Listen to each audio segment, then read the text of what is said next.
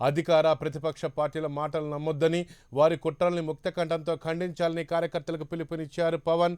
వామపక్షాలతో తప్ప ఎవరితోనూ పొత్తులు ఉండవని చెప్పేశారు.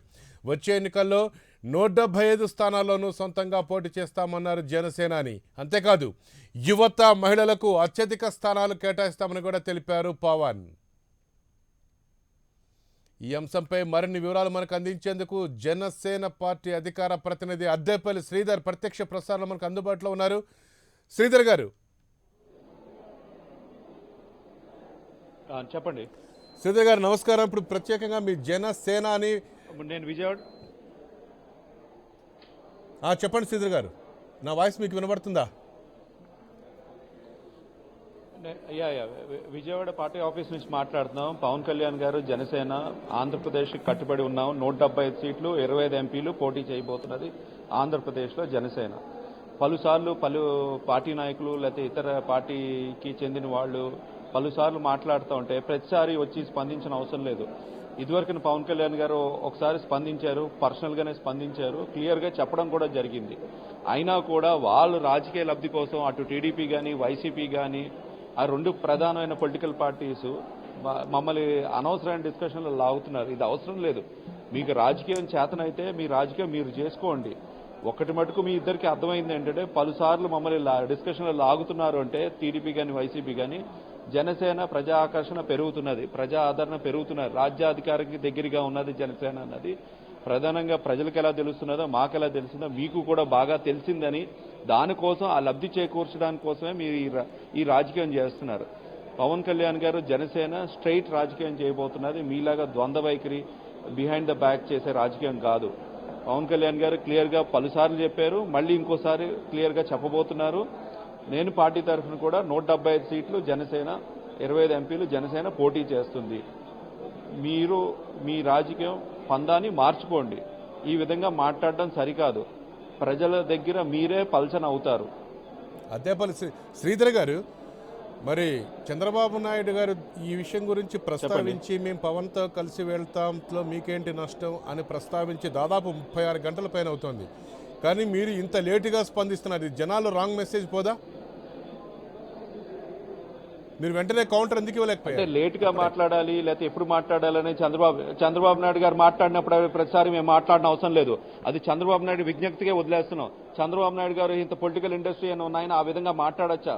ఫస్ట్ టైం మాట్లాడారు, వదిలేసాం. రెండోసారి మాట్లాడారు కాబట్టి ప్రతిస్పందిస్తున్నారు.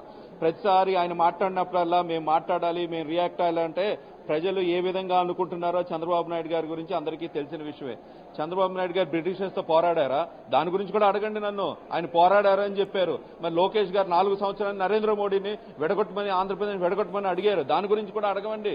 మరి బాలకృష్ణ గారు అసభ్యంగా ప్రధానమంత్రిని మాట్లాడారు. దాని గురించి కూడా అడగండి. అంటే ఏ విధంగా ఉంటున్నదో మీడియా వ్యవస్థలు కూడా వాళ్ళకి వంత పాడే విధంగా ఉన్నది. కానీ ప్రతిసారి వాళ్ళు మాట్లాడినప్పుడు ప్రతిస్పందించాలని మేము క్లియర్గా పలుసార్లు చెప్పాం. మళ్ళీ ఇప్పుడు ఓపెన్ గా చెప్తున్నాం. 175 సీట్లు జనసేన పోటీ చేస్తుంది, 25 ఎంపీలు జనసేన పోటీ చేస్తుంది.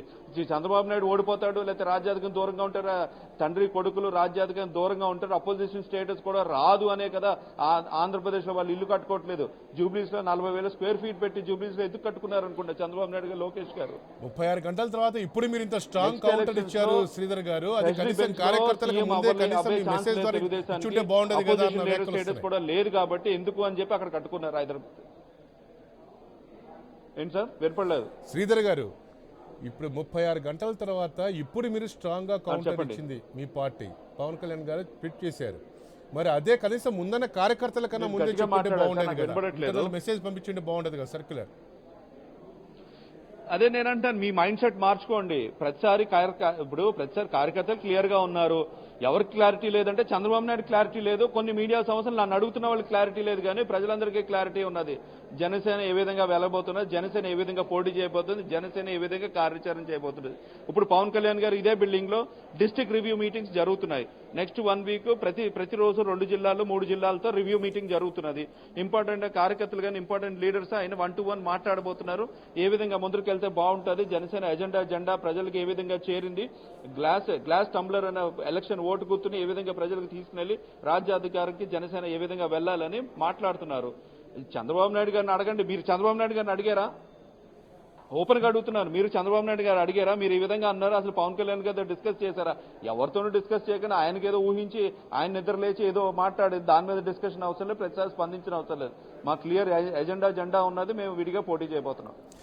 శ్రీధర్ గారు, 100 రోజుల ప్రణాళిక ఎలా ఉండబోతుంది? క్షేత్రస్థాయిలోకి ఎలా తీసుకెళ్తున్నారు ఇప్పుడు మీరు? ఈ 100 రోజుల ప్రోగ్రామ్ లోనే ఆల్రెడీ పవన్ కళ్యాణ్ గారు 3వ రోజు అవుతున్నది. 3వ రోజు కార్యక్రమంలోనే ప్రతిరోజు ఈరోజు శ్రీకాకుళం జిల్లా, నెల్లూరు జిల్లాలో, ఈస్ట్ గోదావరి, ఒక్కొక్క రోజు 2-3 జిల్లాలతో కార్యక్రమాలు పెట్టుకున్నారు. మార్నింగ్ నుంచి సాయంకాలం వరకు ఇక్కడ పవన్ కళ్యాణ్ గారు విజయవాడ పార్టీ ఆఫీస్లోనే కూర్చోబోతున్నారు, ఇక్కడే ఉండబోతున్నారు. ప్రతిరోజు కూడా కార్యకర్తలు కానీ అంశాల మీద వచ్చే రిప్రజెంట్ చేసే వాళ్ళని వాళ్ళతో మాట్లాడడం కానీ, ఇతర లీడర్లు కానీ ఎవరైనా జాయిన్ అవడం కానీ, ఇతర డిస్కషన్కి వచ్చే వాళ్ళందరికీ కూడా ఆహ్వానిస్తున్నాం. జనసేన నాయకుడు ఇక్కడ విజయవాడలోనే, అమరావతిలోనే ఇక్కడే ఉండబోతున్నారు కాబట్టి మా కార్యాచరణ అంతా ఇక్కడి నుంచే నడిపించబోతున్నాం. శ్రీధర్ గారు, నియోజకవర్గాల వారిగా అభ్యర్థుల ఎంపిక ఎప్పుడు పూర్తయ్యే అవకాశం ఉంది? ఎందుకంటే ఇప్పుడు మీరు చెప్పగానే చెప్పేశారు 175 జరుగుతాయి. న్యాచురల్ ప్రాసెస్ ఇదంతా కంటిన్యూస్ ప్రాసెస్ అండి. మీరు ఏదో ఒక మాట అడగడం కాదు, continuous process. Election political process is continuous process. ఆ ప్రాసెస్ లో మనం ఉన్నాం. శ్రీధర్ గారు, సో మీరు ప్రణాళికాబద్ధంగా మీరు వెళ్తున్నారని చెప్పుకొస్తున్నారు, కానీ ప్రతిపక్షంగా ఉన్నటువంటి ఇతర మీ పార్టీ మీదే ఇప్పుడు అటు జగన్ కానివ్వండి, ఇటు తెలుగుదేశం పార్టీ కానివ్వండి ఎక్కువ కౌంటర్ చేసుకుంటూ వస్తున్నారు. మరి దీనికి మీరు వ్యూహం ప్రకారం వెళ్లాల్సిన అవసరం కూడా ఉంది కదా? అంటే అలా అని కాదండి, ప్రతిదానికి మనం స్పందించలేక నేను అనేది మా కార్యాచరణ, మా కార్యక్రమాలు మా కార్యకర్తలకు తెలుస్తుంది. ప్రజలతో మమేకమై జనతరంగాన కార్యక్రమం చేశాం. భారతదేశంలోనే ఒక సోషల్ మీడియాని ఉపయోగించుకుని ఒక పొలిటికల్ పార్టీ ఒక 10 లక్షల పైచిలకు ఫ్యామిలీ మెంబర్స్ ని కలవడం, అంటే ఒక్కొక్క ఫ్యామిలీలో 4 ఉంటే 40-50 లక్షల మందిని మా కార్యాచరణ ప్రకారంగా మా ఎజెండాని జనసేన జనతరంగం అనే దాని కార్యక్రమంలో కలవడం జరిగింది. భారతదేశంలోనే ప్రధానమైన కార్యక్రమం చేసింది జనసేన. ఆంధ్రప్రదేశ్లో జగన్మోహన్ రెడ్డి గారు కానీ, చంద్రబాబు నాయుడు గారు ఆ విధంగా డిజిటల్ కానీ ఈ విధంగా చేసుకోగలిగారా? వాళ్ళకి డబ్బులు ఉన్నాయి కాబట్టి దుబారా చేసి ఏదో వేరే విధంగా నడుపుకుంటున్నారు. మేము సామాన్యుల పార్టీ, మిడిల్ క్లాస్ అందరికీ చెందిన వాళ్ళందరూ ఉన్నాం ఆ పార్టీ కాబట్టి ప్రతి అంశాన్ని కూడా తక్కువ సమయంలో తక్కువ ఖర్చుతో ప్రజలకు దగ్గరికి వెళ్లే విధంగా జనసేన ఉన్నది. అదే విధంగా కార్యాచరణ ఉండబోతున్నది. శ్రీధర్ గారు, దాదాపు దగ్గర 40 మంది టీడీపీ ముఖ్య నాయకులు కానీ, నేతలు కానీ, కేడర్ కానివ్వండి రాబోయే రోజుల్లో జనసేనలోకి జంప్ అవుతున్నారు. అందుకే చంద్రబాబు నాయుడు వ్యూహాత్మకంగా మానసిక యుద్ధం చేస్తూ ఇలాంటి వ్యాఖ్యలు చేశారనుకున్నట్టుగా అంటున్నారు. మీరేమంటారు దీని గురించి? నిజంగా టీడీపీ వాళ్ళని మీరు ఆపరేషన్ ఆకర్ష్ లాక్కుంటున్నారా? రెండు స్టేట్మెంట్ లేదు, చంద్రబాబు నాయుడు గారు 2 స్టేట్మెంట్ చేయడం జరిగింది. నేను జనవరికి 100 సీట్లని ఫైనలైజ్ చేస్తాను, 100 క్యాండిడేట్ ఫైనలైజ్ చేస్తానన్నారు. ఒకటి. రెండోది, జనసేన దగ్గరగా ఉంది, ఆంధ్రప్రదేశ్ ని డెవలప్ చేయడానికి జనసేన కూడా మాతో ప్రయాణించాలని చెప్పి చంద్రబాబు నాయుడు గారు 2 దఫాల్లో మాట్లాడడం జరిగింది. వివిధ విధానాలుగా మాట్లాడడం జరిగింది. ఈ 2 కూడా ప్రధానంగా ఆయన దగ్గర ఉన్న క్యాండిడేట్లు కానీ, ఆయన దగ్గర ఉన్న క్యాడర్ కానీ షిఫ్ట్ అయిపోతున్నారని చెప్పి ఆయన బలంగా నమ్ముతున్నారు కాబట్టి ఇలాంటి స్టేట్మెంట్లు ఇస్తున్నారు. ఆయన రక్షించుకోవడానికి, ఆయన పార్టీని రక్షించుకోవడానికి చాలా పెద్ద మాటలు మాట్లాడుతూ ఉంటారు. ప్రజలందరూ వచ్చి నన్ను రక్షించండి, ప్రజలు నన్ను కాపాడండి, సెంట్రల్ గవర్నమెంట్ లేదా బీజేపీ నా మీద యాక్షన్ తీసుకుంటుంది. ప్రజలకి రక్షణగా ఉండవలసిన చంద్రబాబు నాయుడు ప్రజలనే అడ్డు కవచంగా వాడుకున్న చంద్రబాబు నాయుడు గారు. దేశ పరిరక్షణ కోసం నేను ఈరోజు కాంగ్రెస్ తో కలిశానని చంద్రబాబు నాయుడు గారు అంటారు. దేశం అంటే భారతదేశం, ఆంధ్రప్రదేశ్ కాదు, తెలుగుదేశం రక్షించుకోవడానికి ఈరోజు చంద్రబాబు నాయుడు గారు కాంగ్రెస్ తో కలిశారు. మొన్న 4.5 సంవత్సరాలు బీజేపీతో కలిశారు, ఇప్పుడు కాంగ్రెస్ తో కలిశారు. ఆయన గురించి మనం ఏం మాట్లాడతామండి? శ్రీధర్ గారు, బలమైన ప్రత్యర్థి అని చెప్పుకునే చంద్రబాబు నాయుడిని ఎదుర్కోవటానికి మీరు ఆంధ్రాలో జగన్తో కలిసి వెళ్లే అవకాశాలు ఏమైనా కనబడుతున్నాయా? ఫ్రాంక్గా చెప్పండి. అంటే బలమైన ప్రత్యర్థి అన్నది మీరు అనుకుంటున్నారు కానీ మేము అనుకోవట్లేదు. చంద్రబాబు నాయుడు గారు ఓకే అనుకోకపోయినా సరే మీరు జగన్తో కలిసి ప్రయాణం చేస్తారా? పవన్ కళ్యాణ్ గారు పవర్ ఉంది కాబట్టి, పవన్ కళ్యాణ్ గారికి పవర్ ఉంది కాబట్టి జనరేటర్ అవసరం లేదు. పవన్ కళ్యాణ్ గారు జనసేన విడిగానే పోటీ చేయబోతున్నది. మరి ఎవరి మద్దతు తీసుకుంటారు? ఒక కమ్యూనిస్టులు తప్పించి ఇంకెవరి మద్దతు తీసుకోరా? అటు బీజేపీ సపోర్ట్ కూడా తీసుకోరా మీరు?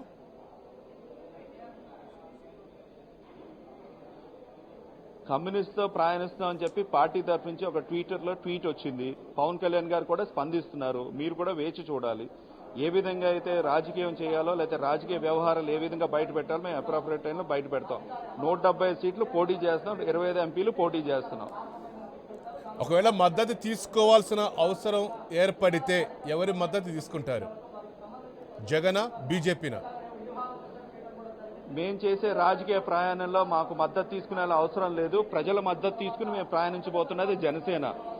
ప్రజల్ని ఫస్ట్, పీపుల్ ఫస్ట్, ఏదైతే ప్రజలు ఫస్ట్ అన్నదో ఆ విధంగా సిద్ధాంతం మాది. జనసేన జెండా ఎజెండా సామాన్యులు అంటే ఆర్డినరీ పీపుల్ ఫస్ట్ కింద జనసేన నడవబోతున్నది.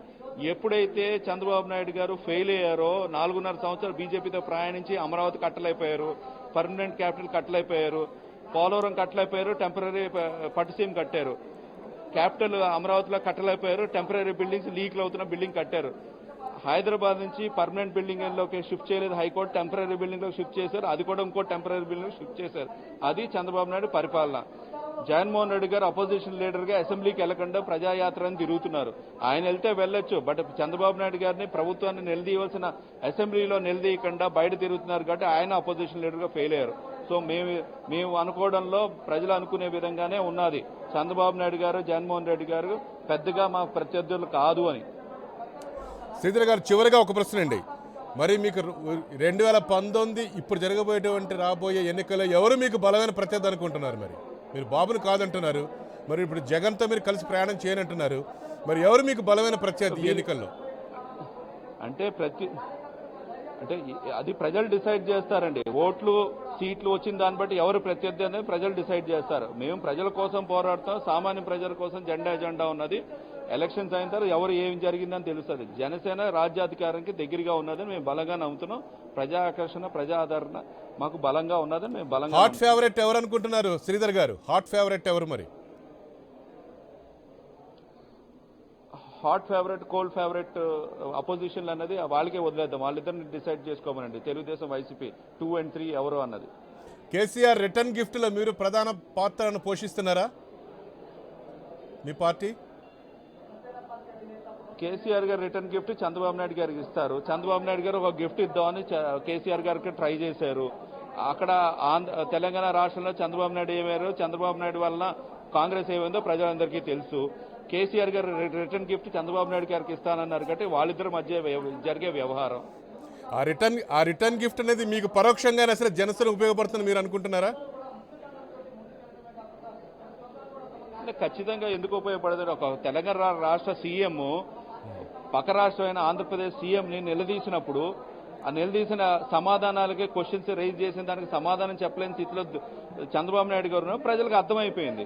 ఎందుకు నీకు 25 లక్షల స్క్వేర్ ఫీట్ బిల్డింగ్ కట్టాల్సి వచ్చింది? ఉమ్మడి ఆంధ్రప్రదేశ్లోనే తెలంగాణ ఆంధ్రప్రదేశ్ కలిపే 10 లక్షల స్క్వేర్ ఫీట్ ఉంది. నీకెందుకు 25 లక్షల స్క్వేర్ ఫీటు? నువ్వు ఇప్పుడు దాకా అమరావతి కట్టలేకపోయావు, ఇప్పుడు దాకా పోలవరం కట్టలేకపోయావు అని చెప్పి డైరెక్ట్గా నిలదీశారు. రాఫ్ట్ ఫౌండేషన్ ఏదో నువ్వు ఫస్ట్ టైం కడుతున్నా అంటావు. భారతదేశంలో చాలా చోట్ల కట్టారు. తెలంగాణ రాష్ట్రంలో చాలా వరకు స్మాల్ అండ్ మీడియం హౌసెస్ అని అదేవిధంగా కడుతున్నారని చెప్పి కేసీఆర్ గారు అన్నారు. నదీ తీరం, సముద్ర తీరం ఉన్న రాష్ట్రంలో ఎక్కడన్నా కూడా రాఫ్ట్ ఫౌండేషన్ తను కడతారు. దుబాయ్లో 100% బిల్డింగ్స్ అదే విధంగా కడతారు. సింగపూర్లో అదే విధంగా కడతారు. శ్రీలంకలో, మలేషియాలో ఏవైతే సముద్ర తీరం ఉన్నాయో అన్నీ కూడా అదే విధంగా కడతారు. ఇవన్నీ కూడా మాట్లాడేది చంద్రబాబు నాయుడు. థ్యాంక్ యూ శ్రీధర్ గారు.